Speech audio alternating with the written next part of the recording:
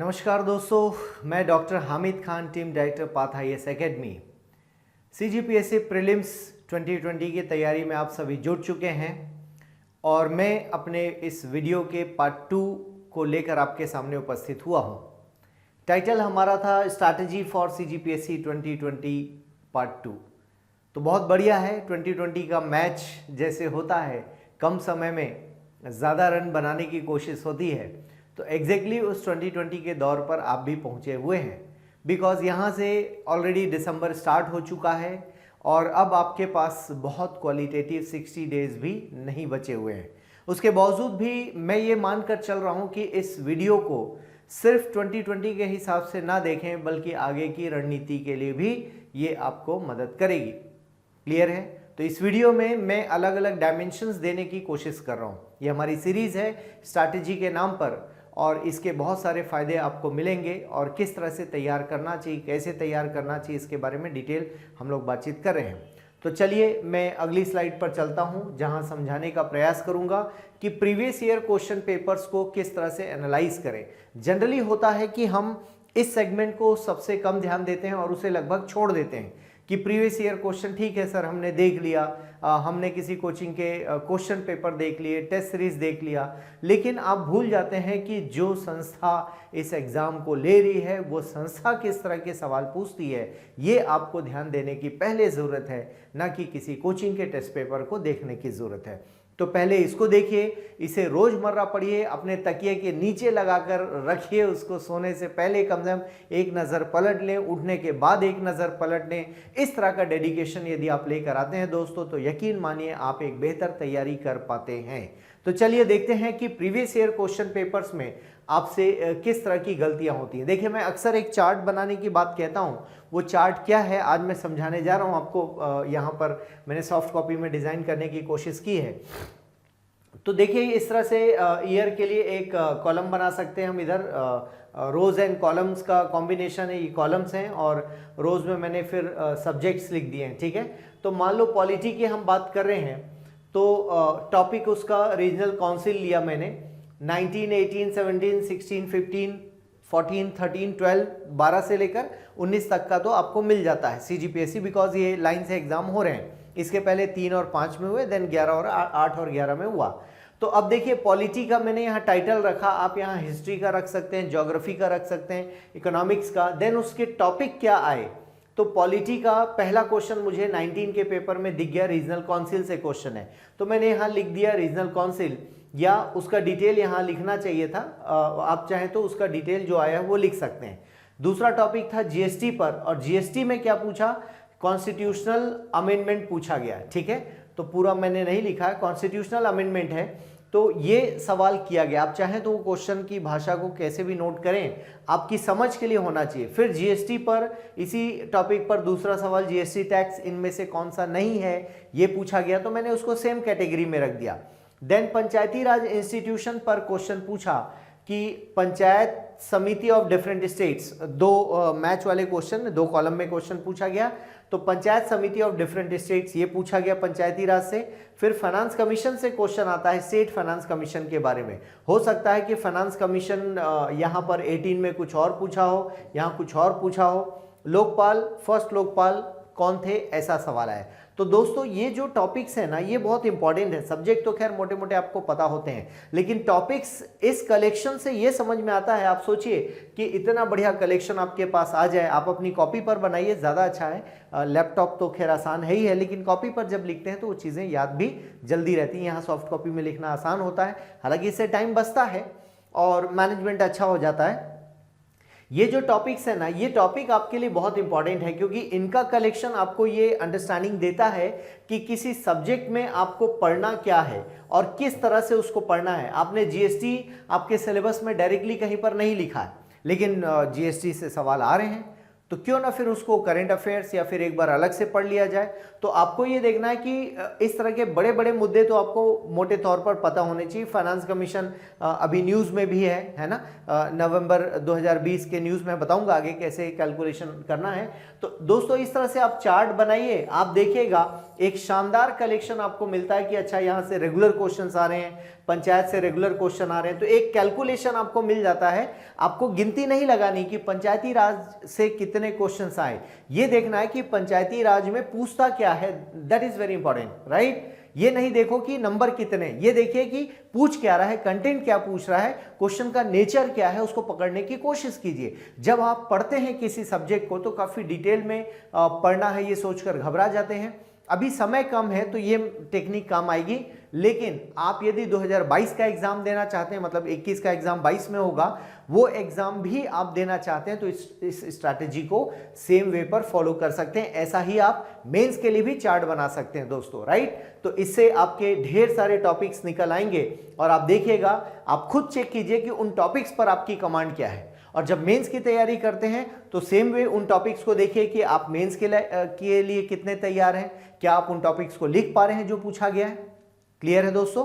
तो इस तरह से आप ये प्रीवियस ईयर क्वेश्चन पेपर का एक एनालिसिस कर सकते हैं। अब कुछ क्वेश्चन मैंने पिक किए हैं 2019 से, उसको एज इट इज मैंने कट किया है ओरिजिनल पेपर से। इस बैकग्राउंड में कुछ पेपर का भी दृश्य नजर आ रहा है आपको, राइट। अब देखिए ये Hindi English as it is, the merger of a political party, obviously Indian polity का क्वेश्चन है। भारत में एक राजनीतिक दल का विलय दूसरे राजनीतिक दल में किस स्थिति में मान्य होता है। अभी मैं क्वेश्चन डिस्कशन नहीं कर रहा हूं, सिर्फ मैं क्वेश्चन का नेचर बता रहा हूं कि क्वेश्चंस कैसे आ रहे हैं। क्वेश्चन का डिस्कशन अलग वीडियो में करेंगे। अब ये बहुत सिंपल है कि 4 ऑप्शन दिया है, इसमें से एक टिक करना है। इसके अलावा मल्टीपल चॉइस वाले क्वेश्चन होते हैं जहां पर एक से ज्यादा सेंटेंस को आपको आंसर में टिक करना होता है। अब ये तभी आपसे बनेगा जब आपने इसको बहुत क्लियरली टेक्स्ट बुक से पढ़ा हो। क्लियर है। तो मर्जर या फिर हम कहते हैं ना कि पार्टी दल बदल कर लिया। अब इसी पर दल बदल के ऊपर बहुत सारे कानून और भी हैं, बहुत सारी टर्म्स कंडीशंस और भी हैं। तो क्या आपने उन सबको भी पढ़ा? तो ये पूरा एक टॉपिक ही है भारतीय चुनाव प्रणाली में या इंडियन इलेक्शन सिस्टम में, जिसमें जिसको हम डिफेक्शन कहते हैं। क्लियर है। दल बदलना कहते हैं। तो दल बदल रोकने के लिए हमारे देश में कानून है। उस कानून का क्या, उस कानून के अंदर और डिफरेंट क्लॉजेस क्या हैं। ठीक।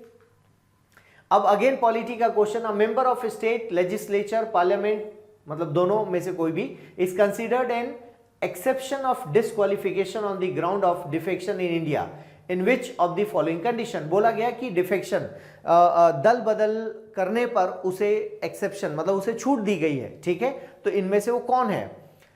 If a voluntarily gives up his membership of his original political party on being elected as chairman or vice chairman of any house of state, legislature or parliament। हमारे देश में क्या होता है, जो स्पीकर हैं या डेप्यूटी स्पीकर हैं वो पार्टी के तो होते हैं शुरू में जब उनको चुना जाता है लोकसभा स्पीकर के तौर पर, लेकिन हमारे देश में परंपरा नहीं है कि वो पार्टी से इस्तीफा दे दें। क्लियर है।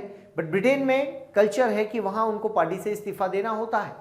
हमारे देश में हम मानकर चलते हैं कि हमारे स्पीकर जो कि न्यूट्रल बेसिस पर बिहेव करते हैं, अंदर पार्टी के आधार पर नहीं करते। और अब तक हमने देखा भी है कि किसी स्पीकर के ऊपर थोड़ी बहुत बातचीत होती है, अदरवाइज बहुत कोई ब्लेम नहीं लगे कि अपनी पार्टी का सपोर्ट कर रहे हैं, अपनी पार्टी के लिए तो सबको टाइम दे देते हैं, हमें नहीं देते, ऐसा ब्लेम नहीं लगता। हमारे देश में ये परंपरा है कि वो पार्टी एक्टिविटीज में नहीं जाते हैं। क्लियर है। और जब तक स्पीकर हैं, तो इस तरह से हमारे देश में स्पीकर की टर्म्स कंडीशंस अलग हैं। अगेन मैं टॉपिक नहीं पढ़ा रहा हूं, सिर्फ क्वेश्चन का आइडिया दे रहा हूं। और नन ऑफ दीज और इन बोथ ऑफ दीज, इस तरह के, if he rejoins the political party after he ceases to hold such office. तो ये अलग अलग कंडीशन देकर क्वेश्चन। तो पॉलिटी के आप जब आप पढ़ते हैं, अब देखिए किसी भी स्थिति में आप डेप्थ में नहीं पढ़ते हैं तो आप पास नहीं कर पाएंगे। सॉरी, डेफिनेटली आपको डेप्थ में पढ़ना पड़ेगा। जिस तरह के ये आपके सीजीपीएससी के क्वेश्चन है, राइट, मैं यूपीएससी के नहीं लिया हूं। फिर आप देखिए नेशनल डेवलपमेंट काउंसिल, राष्ट्रीय विकास परिषद का भारत में कौन सा प्रमुख कार्य है। अब मजे की बात यह है कि एनडीसी, नेशनल डेवलपमेंट काउंसिल, अब एग्जिस्ट करता ही नहीं है। क्लियर है। लेकिन इन्होंने क्वेश्चन पूछा है। अब ये एग्जिस्ट करता था कब? जब प्लानिंग कमीशन को साथ में रखा गया था, उसके एबोलिशन के पहले तक ये दोनों काम करते थे। क्लियर है, नेशनल डेवलपमेंट काउंसिल। और बेसिकली अब देखेंगे to activate the means and efforts of state for implementation of the planning, clear है, to develop the general policies in all the important areas, to confirm the balanced development in all the areas of the country, all of these। अब देखिए मजे की बात, यदि इसका real answer देखेंगे तो ये वाला जो है इंपॉर्टेंट है, ठीक, ये वाला जो पॉइंट है, लेकिन आंसर आई थिंक इन्होंने डी लिया है। तो अब यहां पर देखना है कि एनडीसी जब था, इसके बारे में थोड़ी जानकारी दे देता हूं। प्लानिंग कमीशन को पहले बनाया गया था और उसके बाद एनडीसी बनाया गया 1952 में।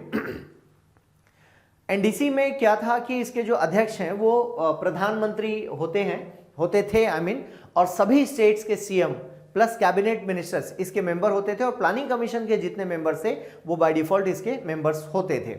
तो इस तरह से इनका जो बड़ा काम था वो था स्टेट्स के साथ कोऑर्डिनेट करने का। प्लान इंप्लीमेंटेशन में 5 ईयर प्लान का जो क्रियान्वयन था उसमें एक तरह से सहयोगकर्ता की भूमिका इनको निभाना था, एक तरह से ब्रिज का काम इनको करना था, ये इनका प्रमुख रोल था। लेकिन अब यहां पर क्या लिखा है, to develop the general policies in all the important areas. तो ये डेवलप कभी नहीं करते थे, प्लानिंग कमीशन डेवलप करती थी और इनका काम जो था उस पर सिग्नेचर करना लास्ट में, ठीक है ना, अप्रूवल यही देते थे फाइनली। लेकिन वो एक औपचारिकता थी क्योंकि प्लानिंग कमीशन के हेड के तौर पर प्रधानमंत्री भी हुआ करते थे और उसके जो उपाध्यक्ष थे प्लानिंग कमीशन के वो प्रधानमंत्री के ही व्यक्ति होते थे, कहने का मतलब उनके अपने भरोसे के आदमी होते थे। और इसलिए प्लानिंग कमीशन जो भी प्लान बनाती थी उसको एनडीसी अप्रूवल देता था। तो यूपीएससी में कई बार क्वेश्चन भी आया कि NDC as a rubber stamp, उसको रबर स्टैम्प के तौर पर देखा जाता था, ठीक है ना। तो एनीवेज ये इस तरह का क्वेश्चन सीजीपीएससी में आता है दोस्तों, जो बाहर स्टेट के भी तैयारी करना चाहते हैं और जो इस तरह के एनालिसिस को देख पा रहे हैं उनके लिए इंपॉर्टेंट है। और हालांकि टॉपिक पुराना हो चुका है, अब इसकी रेलेवेंसी नहीं रही पूछने का, लेकिन 19 के सवाल में पूछा है सीजीपीएससी ने। ये एक मैचिंग वाला क्वेश्चन था। अगेन ये है match the list 1 list 2 and select the correct answer from the code. Subjects पूछा गया, सब्जेक्ट दिया गया पार्ट्स ऑफ द कॉन्स्टिट्यूशन। तो DPSP, union, fundamental rights, fundamental duties, और इस तरफ एबोलिशन ऑफ टाइटल्स। तो ये फंडामेंटल राइट्स का आर्टिकल 18 का पार्ट है। ये ऑर्गेनाइजेशन ऑफ विलेज पंचायत, ये डीपीएसपी का पार्ट है, 44 नंबर का आर्टिकल। अब देखिए आपको याद नहीं है आर्टिकल तो कई बार आप दिक्कत महसूस करते हैं। आपको आर्टिकल याद हो जाए तो बहुत अच्छा है, क्योंकि अब मैं तो खैर बीइंग अ टीचर मेरे लिए याद रखना आसान है, बट आपके लिए थोड़ा चैलेंज होता है। बट कोशिश कीजिए कि इस तरह की चीजें आपको याद होती जाएं, और ग्रुप ऑफ आर्टिकल्स याद हैं तो आप टिक कर पाएंगे कि अच्छा ये किस साइड का है। To provide the opportunities for education to the child what between 6 to 14 years. अब ये आपका ड्यूटीज का हिस्सा है। इंडिया दैट इज भारत, अब ये आपके यहाँ का हिस्सा है, ठीक है ना। तो बहुत सिंपल है मैचिंग करने के लिए। यदि आपको कंटेंट अच्छे से पता है तो आप इजीली बना सकते हैं, इधर देखने की जरूरत भी नहीं, आप ऐसे मैच कर सकते हैं, राइट। ठीक है दोस्तों, तो इस तरह के लड्डू वाले क्वेश्चन भी आते हैं, लेकिन आपने आर्टिकल्स रट लिए हैं तो कई बार कंफ्यूजन हो सकता है। जैसे ये आपको लगेगा ये तो डीपीएसपी में भी है, ऐसा भी लगेगा आपको, लेकिन आपको कॉमन सेंस लगाना है कि डीपीएसपी के लिए ऑलरेडी आ गया, ये ड्यूटीज में नहीं है, तो फिर ऑब्वियसली ये ड्यूटीज की ओर जाएगा, और ये तो डेफिनेटली फंडामेंटल राइट्स का हिस्सा है, तो राइट्स के लिए एक पॉइंट आ गया। तो ऐसे कंफ्यूजन से बचने के लिए कॉन्सेप्ट्स की क्लैरिटी आपको चाहिए। Again a question with reference to the regional councils in India, which of the following statement is are correct? The council, क्षेत्रीय परिषद इसको कहा गया हिंदी में, परिषदें भारतीय संघ व्यवस्था के उपसंघीय सूत्र में। अब ये जो था ये यूपीएससी पैटर्न का क्वेश्चन है, इस तरह से पैटर्न जो है यूपीएससी पूछा करती है। only one, only two, only both 1 and 2, neither 1 nor 2, ये यूपीएससी स्टाइल है। वहां पर बहुत सारे प्रयोग होते हैं हर साल कि नए ऑप्शंस क्या दें, तो जो नए स्टूडेंट्स देख रहे हैं ऐसे भी क्वेश्चन इसमें डेफिनेट तौर पर दोनों का आपको क्लियर होना जरूरी है। दोनों स्टेटमेंट के बारे में पता होना चाहिए, या तो गलत या तो सही, या तो फिर दोनों सही दोनों गलत, है ना, इस तरह की चीजें। तो ये कंफ्यूज करती हैं। क्वेश्चन था रीजनल काउंसिल से, अगेन पॉलिटी का ही क्वेश्चन है, क्षेत्रीय परिषद। जब आप सेंट्रल स्टेट रिलेशंस पढ़ते हैं और अंतर्राज्यीय परिषदों की बात करते हैं, इंटर स्टेट काउंसिल की बात करते हैं, वहीं पर इस टॉपिक को पढ़ा जाता है 263 के पास में। चलिए आगे बढ़ते हैं। ये एक और क्वेश्चन जो कि अमेंडमेंट से जुड़ा हुआ है। Which of the following constitution amendment act provides for GST, जो मैं अभी चार्ट में बता रहा था। तो आपको अमेंडमेंट एक्ट भी याद रखना है दोस्तों। ध्यान रखिएगा कि 105 के लगभग अमेंडमेंट हो चुके हैं और इससे ज्यादा और भी कुछ पेंडिंग है। बिल देखेंगे तो बिल ज्यादा होंगे क्योंकि सारे बिल अमेंडमेंट में कन्वर्ट नहीं हो पाते, इसलिए अमेंडमेंट की संख्या कम है। लेकिन आपको ध्यान रखना है कि 1 से लेकर 105 तक आपको हार्डली 25 से 30 भी यदि मोटे मोटे तौर पर याद है अमेंडमेंट तो आपका काम बन सकता है। जैसे लेटेस्ट अमेंडमेंट है, ठीक है ना, ये लेटेस्ट अमेंडमेंट हम किसको कह सकते हैं? 91 से लेकर 105 तक के जितने भी अमेंडमेंट्स हैं वो पहले एक बार देख लीजिए, याद कर लीजिए टॉपिक क्या है, कब हुआ, किस लिए हुआ। अमेंडमेंट से 1-2 सवाल हमेशा पूछे जाते हैं।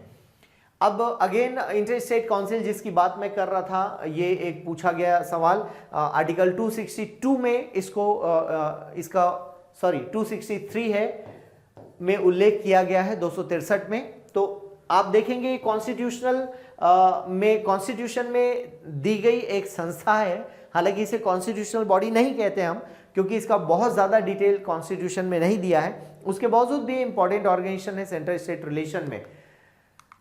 ये सवाल अगेन मैचिंग वाला क्वेश्चन है जिसकी बात मैं कर रहा था। पंचायत समिति को मैच करने के लिए पूछा है और डिफरेंट स्टेट्स में, तो जनपद कहाँ कहते हैं, क्षेत्र पंचायत, तालुका और आंचलिक परिषद। तो ये इस तरह के क्वेश्चन को सिलेबस में जनरली आप नहीं पढ़ते हैं दूसरे स्टेट्स के बारे में। ये कई बार इस तरह के क्वेश्चन तुक्के में आ जाते हैं दोस्तों, बहुत प्लान करके आप नहीं पढ़ते हैं, लेकिन फिर भी आपको तैयारी रखनी चाहिए। हम कहते हैं लाइन और लेंथ पर बॉल करो, लेकिन कई बार बॉलिंग आप ऐसे करके वापस अपनी लेंथ पकड़ लेते हैं, वापस आ जाते हैं। तो इस तरह से भी आपको प्रयास करना चाहिए, राइट।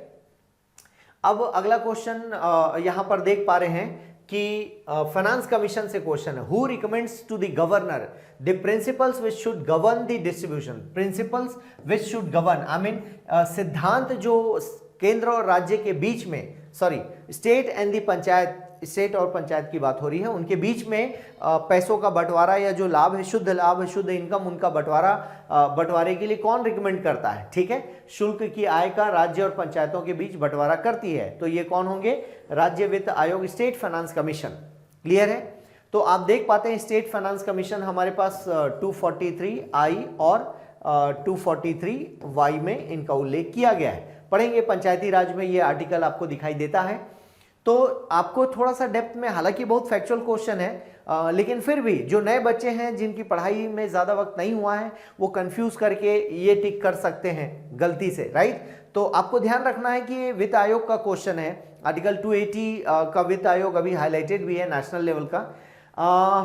संवैधानिक प्रावधानों के अनुसार राज्यों की सीमाओं को बदलने के लिए किसकी सहमति की आवश्यकता? अगेन ये पॉलिटी आप देख पा रहे हैं कि बिल्कुल फैक्ट्स वाले क्वेश्चन स्ट्रेट फॉरवर्ड नहीं है। आपको थोड़ी मेहनत करनी पड़ेगी और अच्छी मेहनत करनी पड़ेगी, थोड़ी तो नहीं बल्कि अच्छी मेहनत करनी पड़ेगी, तब जाकर आप आउट ऑफ 200 में से आप 135 तक का स्कोर टच कर पाएंगे। दोस्तों बहुत लाइट मत लीजिएगा, एग्जामिनेशन में बैठने वाले बच्चों की संख्या 80-90 हज़ार होती है, लेकिन ऑब्वियसली पास तो वही 200-250 होने हैं जितने पद हैं। तो 200-250 में टॉप 10 टॉप 20 में आप कैसे आ सकते हैं वो देखिए, आपको वही टारगेट करना चाहिए। आपको कायदे से इस बार 30 डिप्टी कलेक्टर के पद हैं, तो जुगत लगाइए, जोड़ लगाइए, तोड़ लगाइए, है ना। हाँ, जोड़ तोड़ वैसा वाला नहीं, जुगाड़ वाला नहीं, मैं कह रहा हूँ पढ़ाई में सब मेहनत कीजिए, है ना। तो भिड़ जाइए तबीयत से, तो निकाला जा सकता है इस एग्जाम को दोस्तों।